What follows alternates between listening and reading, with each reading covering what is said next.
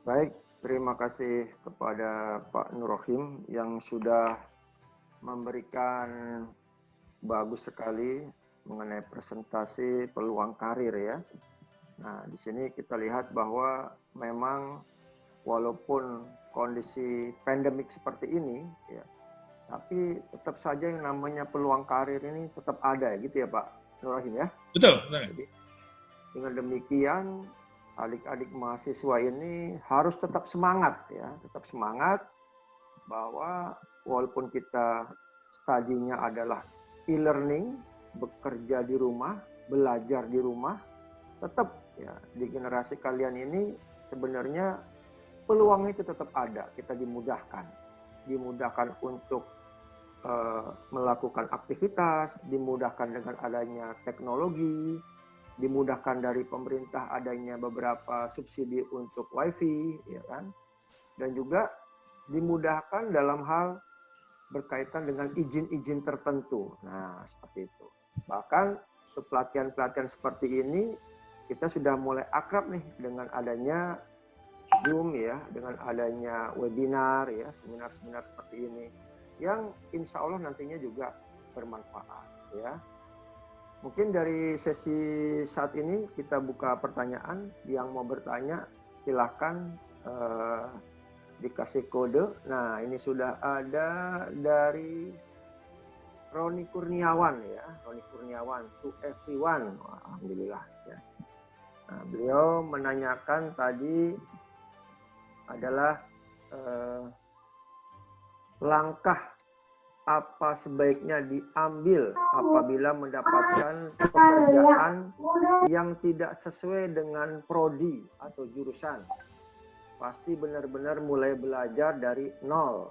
Sedangkan dari atasan mintanya instan dan profesional.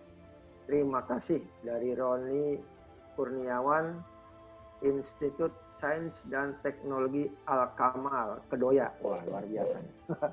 Dekat nih dengan kita nih, Pak Rohim nih. Iya, Jakarta Barat. Silakan. Dari Kembangan. Silakan Pak Rohim dijawab. Sebenarnya masih ada materi di berikutnya. Saya kira yang untuk pertanyaan ini saya lanjutkan saja ya. Sebenarnya baru satu pertanyaan ya. Tapi mohon diingatkan nanti Pak Moderator ya, Pak Agung. Nanti harus dijawab bagus sekali pertanyaannya. Ya. Baik. Ya.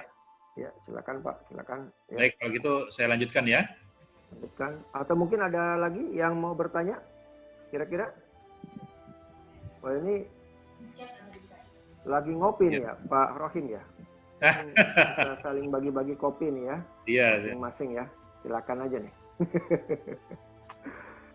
Ya, mumpung kita dikasih coach ya, dikasih coaching oleh coach kita yang sangat berpengalaman. Silakan adik-adik mahasiswa ya. Ini kita sama-sama coach, sama-sama pengajar juga, sama-sama konsultan juga. Kebetulan Pak Rohimnya adalah sobat baik kita ya. Nah, silakan ditanyakan apa yang menjadi unek-unek ya pada saat kalian nanti menjelang lulus atau menjelang nanti menjadi orang-orang yang coba searching job ya. Silakan Pak Nur Rohim dilanjutkan. Baik, terima kasih Pak Agung. Materinya cukup banyak ini kawan-kawan semuanya. Nanti saya coba persingkat. Jadi mudah-mudahan jam 5 bisa mengcover sehingga nanti tanya jawabnya bisa agak lebih banyak ya. Oke. Lanjutannya dari mana kita mulai? Pertama adalah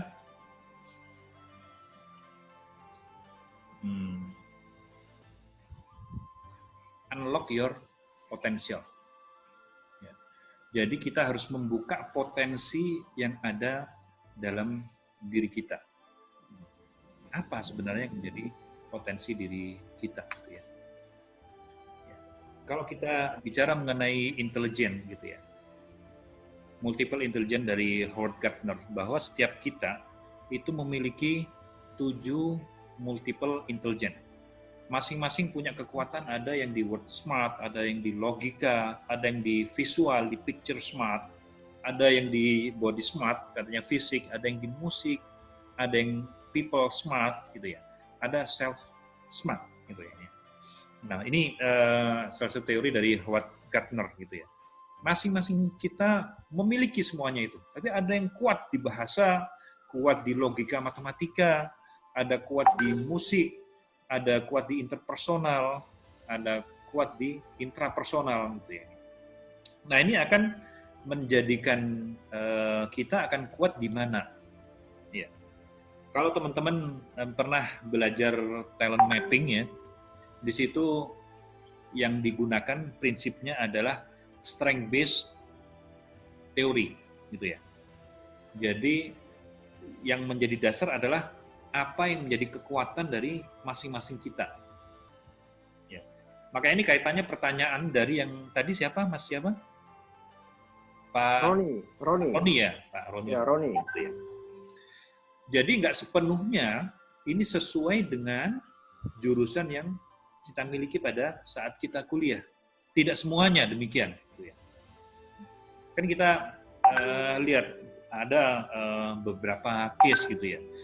Misalnya dia tadinya dari jurusan yang sains, tapi ketika sudah bekerja berada di perusahaan yang sains, di perusahaan yang menuntut adanya kemampuan manajerial yang tinggi misalnya.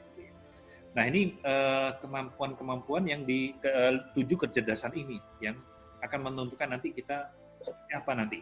Katakanlah kita menjadi diplomat atau politisi gitu ya. Kita nggak bisa melihat apakah ini harus dari jurusan manajemen, apakah dari jurusan politis, dari psikologi misalnya yang di HRD misalnya gitu ya. Apakah dari jurusan ekonomi. Ini nanti pasti akan ada tes yang akan menentukan kemampuan interpersonal kandidat ini seperti apa. Yang itu nanti menentukan dia apakah di posisi apa yang memang lebih tepat gitu ya. Ya. Oke, kita lanjutkan ya. Ini kita skip aja gitu ya. Nah, ini yang penting saya ingin tanamkan kepada kawan-kawan semuanya, terutama adik-adik yang di mahasiswa gitu ya. Bahwa perusahaan-perusahaan, para owner, para eksekutif mengatakan, ya, 77% mengatakan bahwa soft skills yang dimiliki oleh karyawan ya, itu sama pentingnya dengan hard skills. Ya. Ini Pak, saya perkenalkan dulu kepada kawan-kawan semuanya. Di HRD atau ketika kita di dunia kerja, itu ada dua skills dikategorikan. Ada hard skills, ada soft skills. Hard skills ini yang terkait dengan kemampuan teknikal, ya, sesuai dengan jurusan kita. Ya. Teman-teman yang di IT, maka hard skill-nya adalah kemampuan programmingnya, kemampuan membuat analisa proses yang ada di situ gitu ya, proses flowchart dan seterusnya gitu ya. Teman-teman yang di sini ada dari jurusan mesin, kemampuan bagaimana permesinan, bagaimana membuat komponen-komponen mobil, itu adalah hard skills. Ya. Ada satu lagi yang ini penting juga gitu ya.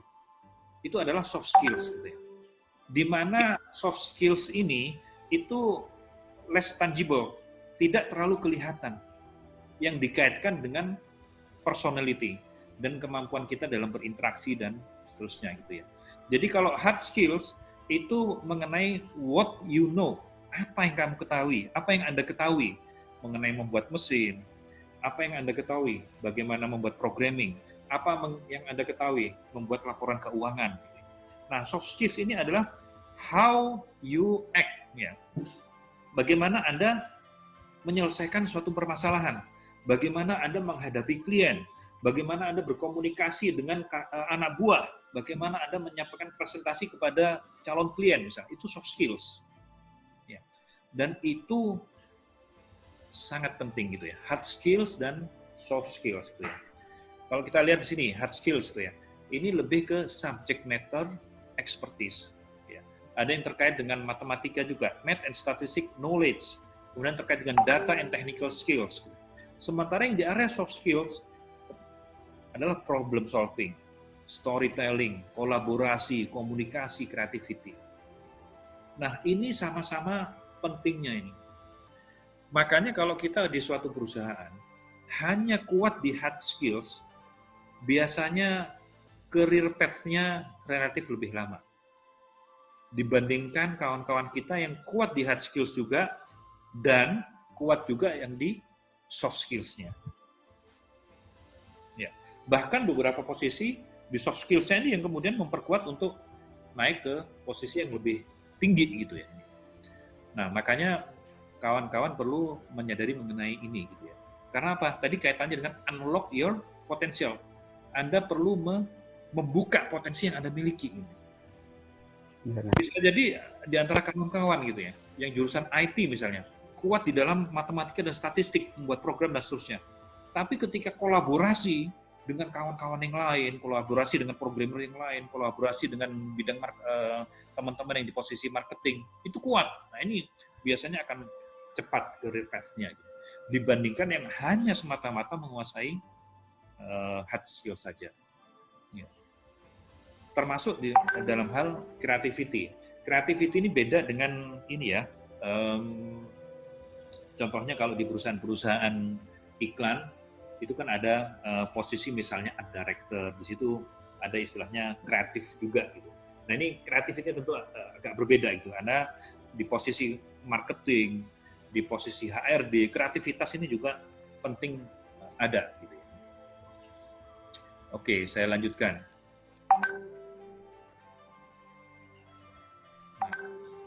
Ini beberapa soft skills ya. Public speaking. Ya. Jadi teman-teman perlu menguasai, kalau yang dari mesin, perlu menguasai permesinan, tapi bagaimana juga memahami mengenai public speaking. Karena apa? Karena Anda nanti perlu menyampaikan ide-ide Anda juga kepada audiens yang lebih luas. Dibutuhkan juga interpersonal skills juga. Karena apa? Ya. Karena Anda harus berinteraksi dengan bidang-bidang yang lain. Tidak mungkin divisi manufaktur atau divisi yang kalau kita di perusahaan yang membuat mesin gitu ya, kemudian tidak berinteraksi dengan teman-teman yang di marketing. Karena marketing itu yang dia tahu apa kebutuhan konsumen. Yang itu nanti harus dibuat oleh teman-teman di bagian mesin. Makanya dibutuhkan interpersonal skills. Anda bayangkan, kalau seandainya teman-teman yang sangat menguasai di bidang permesinan, tapi tidak punya interpersonal skills dengan kawan-kawan yang di marketing, misalnya itu, atau communication skills, atau stress management, ya. Misalnya dalam situasi yang seperti ini gitu, kawan-kawan yang saat ini seperti tadi ya, PNM itu perusahaan yang diantaranya juga produknya asuransi gitu. Nah itu pasti dengan situasi saat ini, sales-nya pasti akan terus ditekan. Bagaimana ini mengatasi, memanage, mengelola stres dalam situasi yang seperti itu misalnya. Kemudian decision making, konflik management. Kita ketika di suatu perusahaan pasti kita akan mengalami konflik dengan rekan kerja kita, dengan anak buah, dengan atasan gitu. Nah itu di antara soft skills yang harus dimiliki ketika kita nanti masuk ke dunia kerja.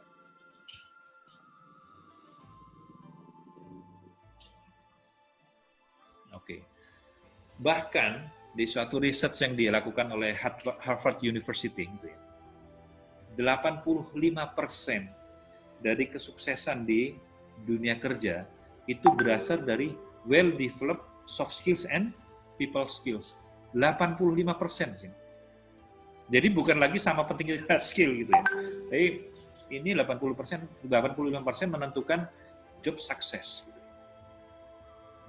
Karena di dalam assessment biasanya untuk ke posisi-posisi yang level manajerial, general management gitu ya, yang lebih banyak nanti di assess itu diantaranya adalah soft skills ini dan people skills. Karena semakin tinggi posisi kita, kemampuan people skills ini akan semakin besar tuntutannya. Kemampuan untuk komunikasi, interpersonal skills akan semakin tinggi tuntutannya.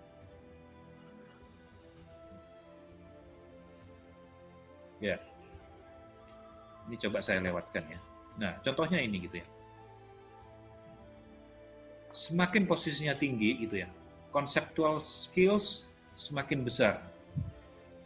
Termasuk human skills sebenarnya dari ini manajerial ya, bukan staff ya. Level staff mungkin human skills-nya relatif lebih kecil lagi gitu ya. Tapi semakin ke bawah, technical skills ini akan semakin besar. Ya.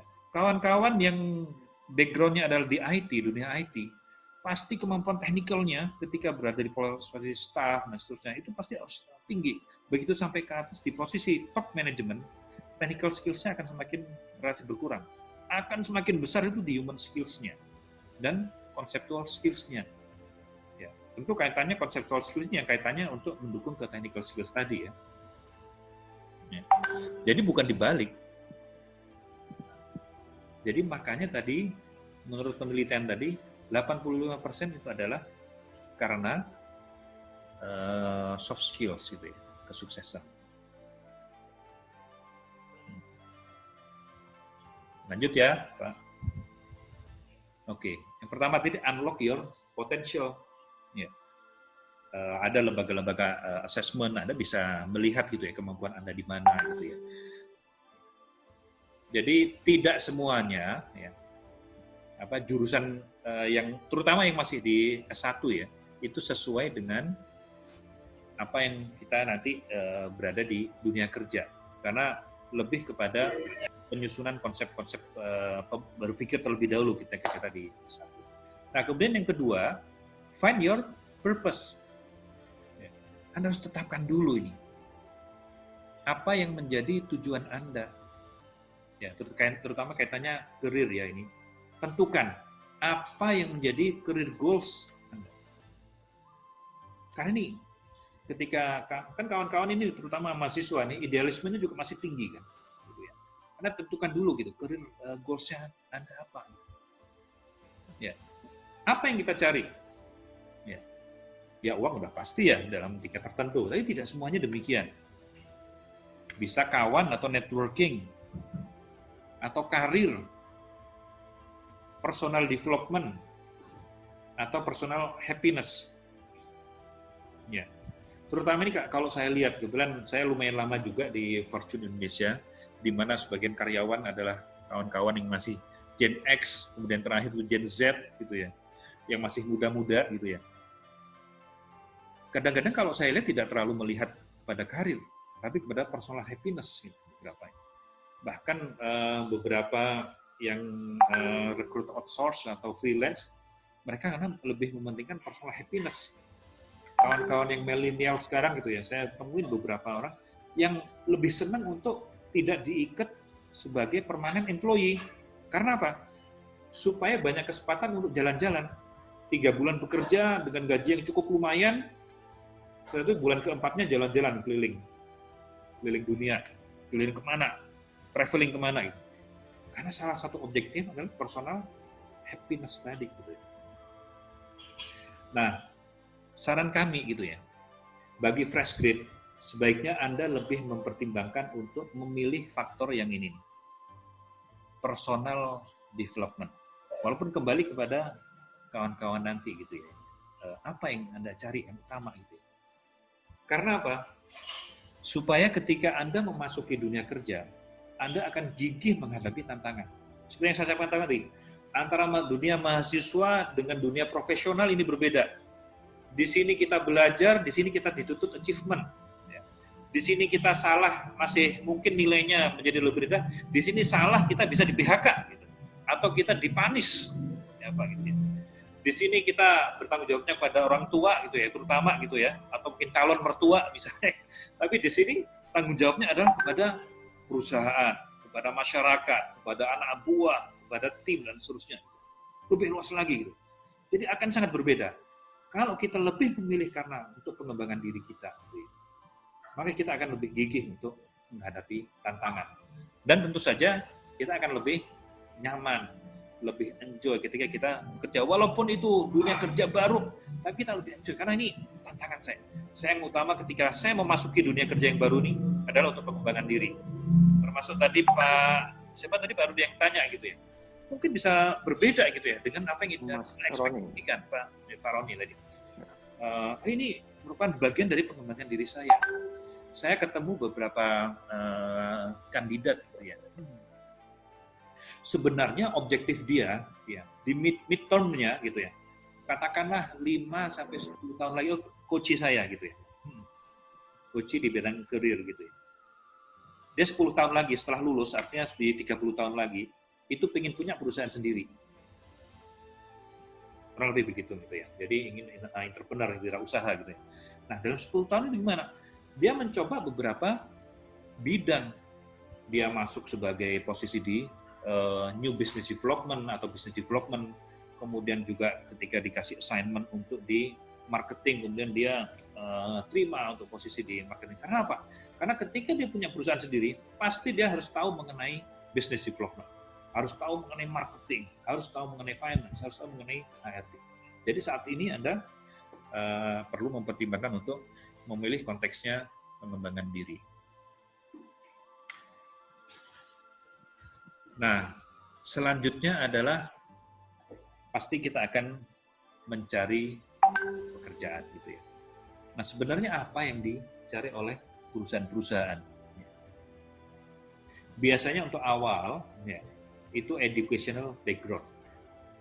Ya.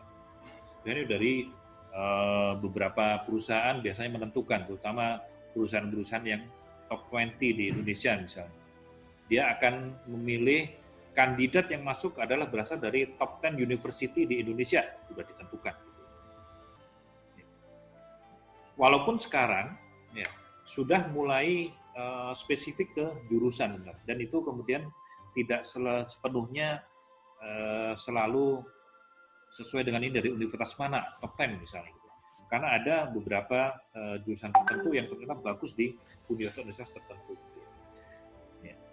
Bahkan kalau kita lihat di Singapura gitu ya, ada salah satu perguruan tinggi swasta di Indonesia yang lebih dikenal dibandingkan top 5 university yang ada di Indonesia yang biasanya kita tahu. Kita tahu lah top 5 yang ada di Indonesia apa saja gitu ya, nggak perlu disebutkan gitu ya. Nah, tetapi yang lebih dikenal di Singapura ini di luar dari top 5 ini, mana ini perusahaan swasta itu. Karena kuat di bidang IT. Di bidang programmingnya gitu di situ, dan sudah banyak alumni-alumninya di sana di Singapura ini gitu.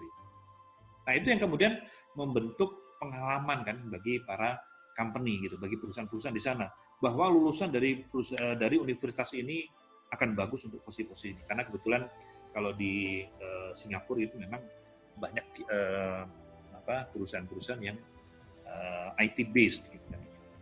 Nah kemudian yang kedua yang dicari adalah experience, pengalaman. Lalu kalau tidak punya pengalaman bagaimana untuk kawan-kawan yang saat ini masih kuliah misalnya gitu. Nah, itu tuh, menarik tuh. Di antaranya dengan webinar ini sebenarnya ini bagian dari experience. Karena kan pengalaman itu bisa dibeli dengan pelatihan, dengan sertifikasi, dengan kita coaching, counseling dengan yang lebih berpengalaman ya. Jadi kita tidak harus dengan training atau tidak harus kita belajar 5 tahun untuk kita memahami bagaimana sih proses untuk masuk ke dunia kerja. Kita dengan beberapa pelatihan kita bisa ini. Seperti tadi, communication skills. Kita bisa mempelajari di situ. Pak Agung ini yang di bidang perusahaannya, di bidang K3. Kalau kita belajar di dunia kerja, itu bisa 3 tahunan terus kita belajar itu Pak ya. Tapi kita dengan pelatihan kita bisa mempersingkat itu menjadi katakanlah di bawah 3 bulan misalnya, karena di situ kita ada pelatihannya, kemudian ada tesnya, kemudian di-assess dan certified misalnya gitu. Jadi experience pengalaman ini bisa kita persingkat sebenarnya. Kecuali memang ada beberapa, kebetulan saya juga menemui beberapa kawan-kawan yang milenial ini ya, yang pinter-pinter ini. Dalam waktu 6 bulan itu, wah pintar sekali, bisa tercapai. Promosi lagi, 6 bulan berikutnya promosi, 3 bulan lagi promosi, nggak sampai 2 tahun itu. Kalau kita lihat seperti beberapa perusahaan yang tadi saya sampaikan ya, misalnya di Gojek, Anda lihat vice president sana masih muda-muda. Ini memang orang-orang yang sangat smart gitu ya. Walaupun ketika masuknya fresh grade, dalam waktu 3 bulan bisa menunjukkan kemampuannya seperti apa. Nah, kemudian apa yang lagi yang dicari? Hard skills. Ya. Tentu hard skills ini tetap akan menjadi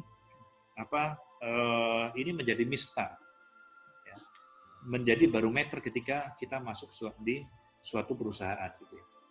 Kalau kita melamar sebagai programmer, kita nggak punya kemampuan hard skill sebagai programmer, ya nggak akan pernah lulus gitu kan.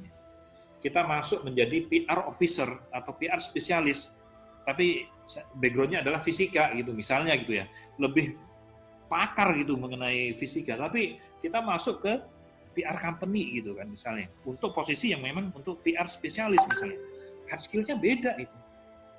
Nah, makanya ini harus disesuaikan. Jadi, teman-teman di HRD pasti akan sangat tahu nih apa hard skill itu dikuasai, tetap harus dikuasai. Kembali, walaupun tidak sepenuhnya ini sesuai dengan jurusan ya. Kemudian soft skills tadi sudah saya sampaikan, kemudian bahasa ya. Sekarang bahasa bukan hanya bahasa Inggris ya, Mandarin ini juga, ini kebetulan saya juga membantu untuk rekrutmen, udah spesifik, misalnya mencari HR manager yang bisa bahasa Mandarin. Ya. Ya. Kemudian misalnya teknisi yang bisa bahasa Mandarin, kebetulan perusahaan ini investornya adalah investor dari Cina, para manajernya dari Cina gitu ya, misalnya. Maksudnya dari Tiongkok sana gitu ya. Jadi tetap harus menguasai Mandarin, karena kita tahu investor ini dari mana saja, bukan hanya dari Eropa atau Amerika, dari negeri RRC juga, banyak perusahaan-perusahaan yang di Indonesia sekarang share-nya milik perusahaan-perusahaan dari Cina gitu ya, sehingga beberapa posisi diminta untuk memang menguasai juga bahasa Mandarin. Tentu yang dicari oleh perusahaan juga kompetensi. Ya. Sebenarnya kompetensi ini juga gabungan dari ada hard skills, ada soft skills juga sebenarnya kalau teman-teman nanti belajar sana. Oke. Nah kemudian yang perlu kawan-kawan lakukan itu juga untuk melakukan job hunting. Ya. Di mana kita mencarinya? Ya, kalau sekarang sebenarnya jauh lebih luas dibandingkan waktu zaman saya dulu gitu ya. Kalau saya dulu kan lebih banyak kita menunggu misalnya Kompas, menunggu kalau di daerah timur itu Jawa Pos gitu ya misalnya. Kemudian ada lamaran gitu ya, ada loker di situ gitu. Dan itu biasanya hanya Sabtu dan Minggu saja gitu ya. Sekarang pakai amplop Pak Rahim. Pakai amplop gitu. Sekarang kita cepat, saat ini kita bisa melihat gitu ya. Job site mana saja yang itu ada lowongan kerja atau job center ya, ini juga banyak online sekarang, career advice center, beberapa universitas yang saya tahu ini juga lumayan bagus di career centernya gitu ya, karena banyak perusahaan-perusahaan yang bekerja sama dengan career center, terutama kalau kawan-kawan memang berprestasi di kampusnya, ini menjadi salah satu jalur yang bagus juga untuk meniti karir gitu ya. Nah, kemudian rekrutmen agency. Banyak agensi-agensi yang khusus untuk menangani rekrutmen gitu ya. Local newspaper ini udah sangat jarang sekarang ya. Sudah sangat jarang sekali gitu ya. Walaupun untuk beberapa posisi-posisi ini local newspaper ini masih gitu, lokal gitu. Lokalnya benar-benar lokal. Untuk area misalnya Jakarta Barat, misalnya beberapa pertokoan ini, kemudian katakanlah ya ada beberapa perusahaan yang di Jakarta Barat membutuhkan karyawan misalnya, itu di lokal newspaper. Nah, saya ingin contohkan kepada kawan-kawan, mohon maaf ini agak nggak kelihatan ya. Ini salah satu rekrutmen agency ya. Ini tidak bermaksud untuk promosi ya. Nah, ini Michael Page. Ya. Di sini kita lihat, di Michael Page saat ini ada 31.000 job opening. Ya. Kebetulan ini worldwide ya. Nanti bisa dilihat, ini bisa difilter untuk di Indonesia. Indonesia di mana? Teman-teman yang di Batam, yang Sumatera, yang di Jakarta, itu bisa dilihat. Karena ini openingnya luar biasa ini. 5%-nya ada dari 30.000 ini misalnya ada di Indonesia gitu ya. Ini udah sangat luas ini gitu ya.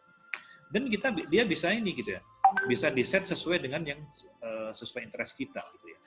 Ada Michael Page, ada Robert Walters ini kan,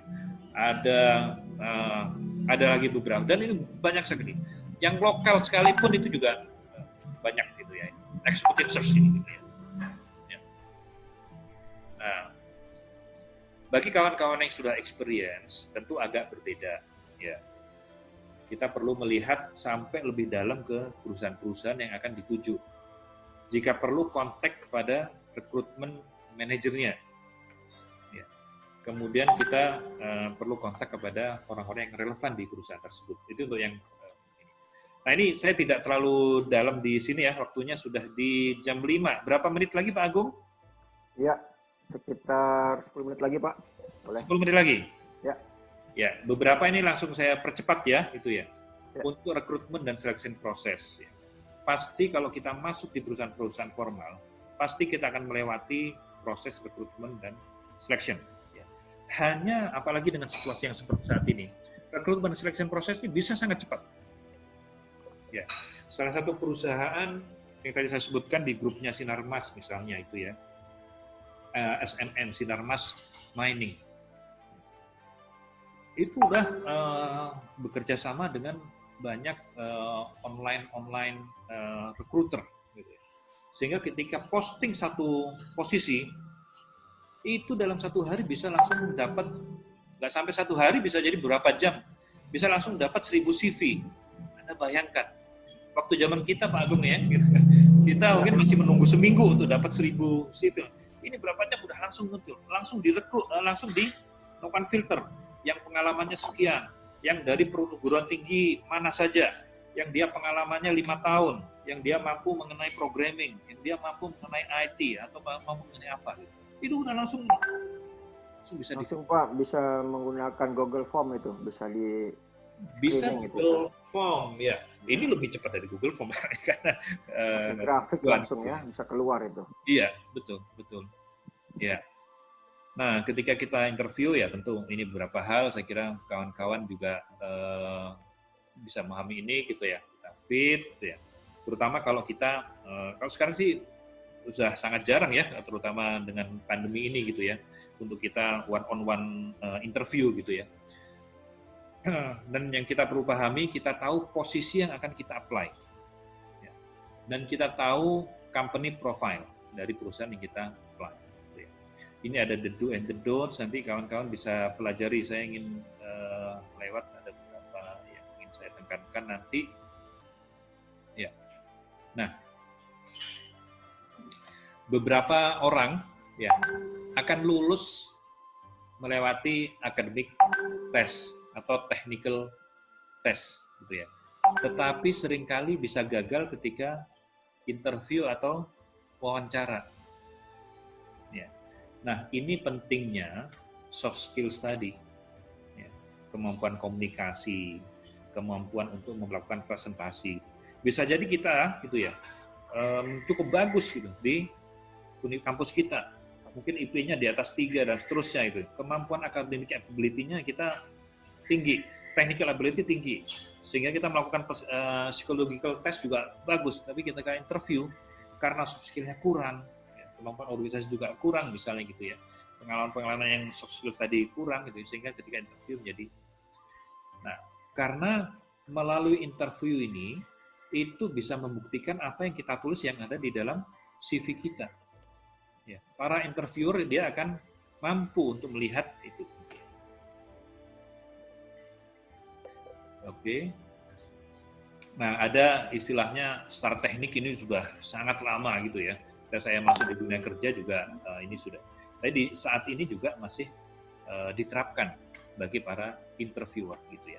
STAR teknik gitu ya. Untuk melihat situationnya seperti apa gitu ya. Tasknya seperti apa, action yang kita lakukan seperti apa, resultnya seperti apa. Nah, ini nanti akan digali oleh interviewer. Oke, saya kira ini untuk teman-teman yang lumayan berpengalaman ya, ini saya lewati aja. Ini juga mengenai compensation scheme, mungkin nggak, ini terutama kawan-kawan yang sudah berpengalaman, perlu mempertimbangkan misalnya kayak housing dan seterusnya gitu ya, welfare benefit. Nah, ya, ini saya ingin berikan pandangan yang lain juga. Adakah alternatif lain juga setelah lulus? Yang tadi menjadi karyawan atau profesional, tentu ini akan sangat terikat dengan aturan. Ya. Tapi bagaimana kalau kita ingin bebas memilih tantangan yang ada di depan kita? Apa itu? Yaitu menjadi entrepreneur, menjadi Wirausaha. wirausaha. Ya. Dan teman-teman yang milenial saat ini, gitu ya, ini banyak juga yang menempuh jalur seperti ini. Yang ingin saya sampaikan kepada kawan-kawan semuanya, kita perlu memahami juga apa resikonya. Ya. Dengan pertanyaan-pertanyaan ini misalnya, berwirausaha itu apakah lebih sulit dibandingkan bekerja kantoran? Jawabannya apa? Ya. Apakah menuntut lebih banyak pengorbanan dan kerja keras? Jawabannya apa? Ya.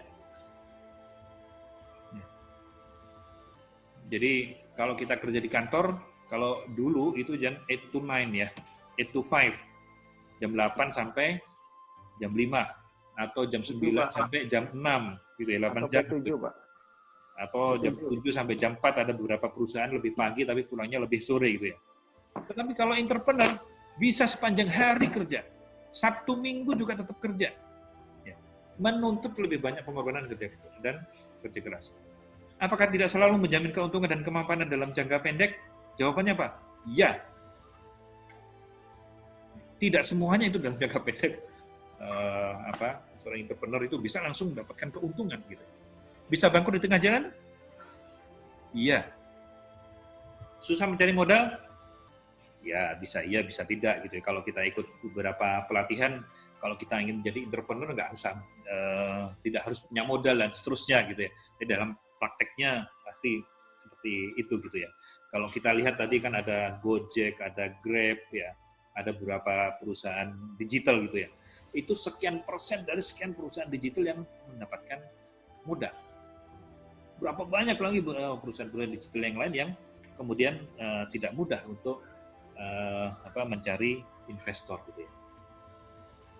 Tapi apakah pilihan kedua ini gitu ya, yang kita menjadi entrepreneur atau wirausaha ini karena setelah kita tidak diterima di mana-mana atau karena sudah menganggur? Apa jawabannya? Ya, itu kita sendiri. Ini kaitan yang tahu. Karena ini kaitannya dengan career goals kita tadi. Apa kita akan memilih? Yang perlu kita ingat, ya, oke.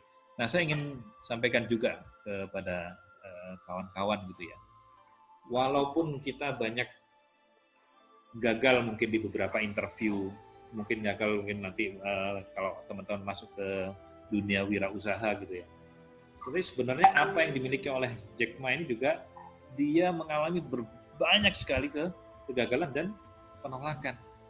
Bahkan di perusahaan seperti di KFC dia dari 25 atau 24 ya. Dari 25 yang melamar, 24 yang diterima. Satu orang nggak diterima. Siapa itu? Jack Ma sendiri. Tapi kita tahu bahwa dia saat ini adalah orang terkaya dan tersukses di Cina. Walaupun berita terakhir ya, di 2020 ini ada orang yang lebih muda lagi dari Jack Ma yang kemudian menyalip kekayaannya Jack Ma. Nah, ini yang penting seandainya kawan-kawan ya, kemudian harus berwirausaha. Pertama, ubah persepsi mindset-nya dan mental sebelum terjun ke wirausaha. Ya. Karena mindset-nya itu harus berubah, karena tantangannya berbeda. Ya. Karena itu tadi, jam kerjanya itu juga tidak seperti seorang karyawan yang tiap hari dari Senin sampai Jumat antara jam 9 sampai jam 5, 9 jam 5 dan seterusnya gitu ya. Dan setiap bulan gajian di tanggal 25 atau 26 atau di awal bulan gitu ya. Itu berubah. Mindset itu yang harus diutuhkan sebagai seorang wirausahawan. Nah, untuk konteks saat ini gunakan IT knowledge sebagai modal dasar kita gitu ya, sebagai modal dasar kawan-kawan semuanya. Karena tidak semuanya, apalagi kalau kita yang di mahasiswa gitu ya, ini baru lulus, kita belum ada modal yang secara khusus, tapi dengan IT knowledge yang kita miliki ini sudah menjadi modal gitu, terutama dunia digital saat ini. Jika kita harus berwirausaha, maka kita harus belajar untuk jeli melihat kebutuhan pasar dan mau mencoba untuk membuat solusi-solusi yang baru, jadi memberikan jawaban bagi kebutuhan pasar gitu ya. mau mencoba tantangan yang baru, idealisme juga harus fleksibel, sementara mental kita harus diperkuat gitu ya. Ini mungkin ada juga beberapa bapak-bapak yang hadir juga di sini gitu ya. Termasuk Pak Agung juga gitu ya, ini apa, sangat memahami ketika kita di dunia bisnis gitu ya. Antara idealisme gitu ya dengan tantangan yang benar-benar di hadapan kita, itu kita ketemunya ini harus kita buat lebih fleksibel, yang tentu tetap sesuai dengan norma-norma yang kita sepakati gitu. Kalau tidak demikian tidak mudah untuk berjalan gitu ya. Nah, termasuk mental yang juga harus kuat gitu ya, karena itu tadi pasti akan mengalami sekian banyak penolakan. Baik, Pak Rohim. Baik, waktunya boleh satu dua ini dua slide lagi aja ya. Boleh, silakan. Mungkin agak lagi nih. Ya, ini 2 slide lagi. Oke. Rekan-rekan semuanya ingin mengingatkan ya bahwa dunia ini sudah berubah. Ya. Terutama kawan-kawan gitu ya. Walaupun saya sendiri, Pak Agung dan beberapa bapak yang ada di sini mencoba untuk belajar mengenai digital gitu ya. Tapi Anda ini adalah generasi digital native. Termasuk mungkin apalagi adik-adik kita dan seterusnya gitu ya. Dan juga kompetitor Anda, bukan hanya kawan-kawan kuliah Anda, tetapi juga lulusan dari negara lain, terutama di Indonesia. Ini kan menjadi tetap ini market pasar yang sangat luas gitu. Ya. Saat ini aja sudah kawan-kawan akan mengalami gitu ya. Jangan Anda bayangkan hanya seakan-akan hanya dari Cina saja gitu ya, misalnya dari Tiongkok gitu ya, yang mewah kita bersaing dengan, bukan hanya itu, akan bersaing dengan lulusan-lulusan dari mana coba? Dari Vietnam dan misalnya Thailand. Kalau Malaysia udah banyak gitu kan. Dari Vietnam yang dulu di bawah kita, itu juga menjadi kompetitor kita. Ya.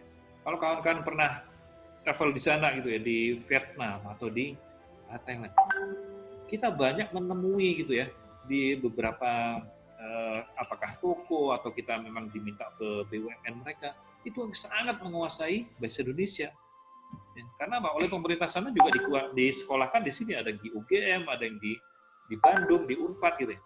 Belajar mengenai keindonesiaan dan bahasa Indonesia sangat bagus. Nah, ini akan menjadi pilihan Anda. Gitu ya. Nah, ini satu yang ingin saya quote, profesional atau wirausaha adalah pilihan dari Anda. Siapkan diri sebaik-baiknya dari sekarang, karena waktu akan terus berjalan. Saya kira itu. Silakan kalau ada pertanyaan.